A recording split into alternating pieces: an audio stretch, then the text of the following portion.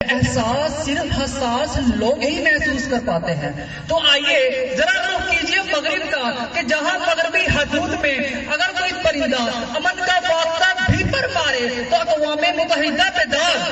لیکن جناب والا کشمیر میں بچوں کے کٹتے ہوئے نرخروں سے نکلتی امن کی پکار انہیں بیکار لگتی ہے۔ جناب والا یہ سب ہوتے ہوئے بھی کسی شخص کے لب جنبش میں نہ آئے تو میں کیسے کہہ دوں کہ لب آزاد ہیں میرے۔ دیپ جن کے محلات ہی میں جلے، چند لوگوں کی خوشیاں لے کے چلے، جو سائے میں ہر مصلحت کے پلے، ایسے دستور کو صبح بے نور کو میں نہیں مانتا، میں نہیں جانتا۔ صدر وقار جمہوریت میں لب آزاد ہوتے ہیں مگر صرف ووٹ ڈالنے تک۔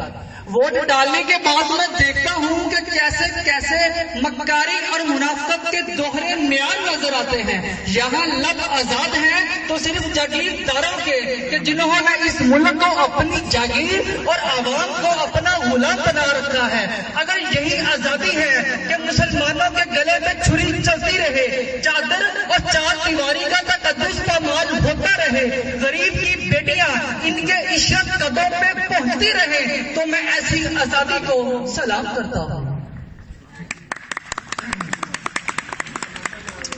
غار ذات بند ہے دانتوں کی قفل میں، دعوی دستور ہے کہ لب آزاد ہے۔ صدر جی وقار ہمارے لب تو آج بھی اوپر بیٹھے بالا افسران کے تابع ہیں۔ اگر منطقی اعتبار سے دیکھا جائے تو میں یہ قرارداد ابھی اور اسی وقت مسترد کرتا ہوں۔ اگر اس ایوان میں بیٹھا کوئی ایک شخص، کوئی ایک قابل شخص کھڑے ہو کے کہتے کہ ہاں جتنی آزادی ہمیں ملی ہے اتنی ہی کافی ہے، تو میں ابھی اور اسی وقت یہاں کھڑے ہونے کی بجائے وہاں بیٹھ جاؤں۔ لیکن افسوس، سخت افسوس، ہمارے لب آزاد نہیں ہے۔ یہاں سفارش کے بغیر کوئی کام انجام تک نہ پہنچ پاتا ہو تو میں کیسے کہہ دوں کہ لب آزاد ہے میرے۔ جب ہماری آواز بنا سفارش کے بالا عوام تک نہ پہنچ پاتی ہو تو میں کیسے کہہ دوں کہ لب آزاد ہے میرے۔ جب یہاں یونیورسٹی کے طلبہ اپنے اساتذہ کی عزت صرف اس لیے کرتے ہوں کہ ان کے ہاتھوں میں ہمارے گریڈز ہیں تو میں کیسے کہہ دوں کہ لب آزاد ہے میرے۔ زبردست۔